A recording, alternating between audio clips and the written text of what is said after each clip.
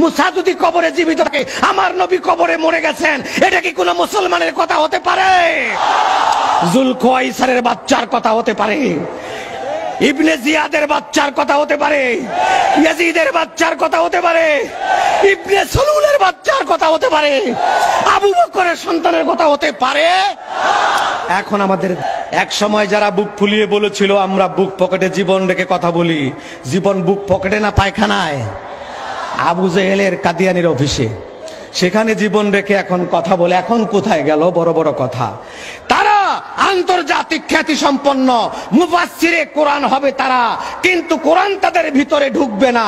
হুজুর বলেন শুধু তাই নয়, কালামুহুম কাকালামিল আম্বিয়া, তাদের কথা হবে নবীদের কথার মতো। সূরাতুহুম কাসূরাতিল মালায়েকা, তাদের সূরত হবে ফেরেশতার মতো। আমালুহুম কামালিশ শায়াতিন, কিন্তু তাদের উদ্দেশ্য আর কাজ হবে শয়তানের মতো। ফাহজুরহুম ইন তাত্তাকু, যদি বাঁচতে চাও ওদের খপ্পরে পড়িও না। রাসূলুল্লাহ বলেন তারা কি হবে? তাদের অন্তরটা হবে রাসূলের বেয়াদবিতে ভরপুর হবে।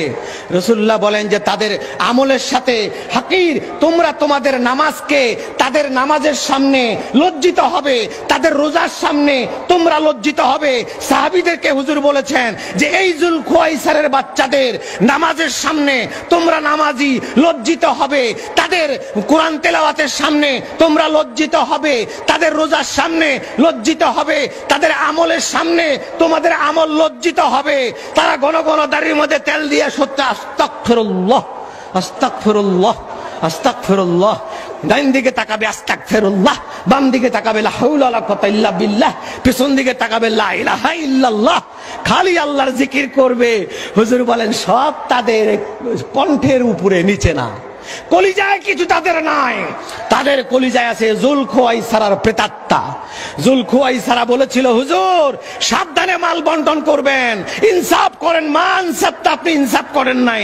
ওই জুলকুয়াইসারের প্রেতাত্মা তাদের অন্তরে থাকবে। তবে আরেকটা কথা হুজুর বলেছেন শেষ জুমলার মধ্যে, এটা আমি বৃহত্তর স্বার্থে সাংঘাতিক কথা হুজুর বলেছেন, এটা আমি আর বললাম না। শেষ কথা যেটা হুজুর বলেছেন ওইটা বলা যাবে না, ওইটার ভাবার্থটা আমি বললাম।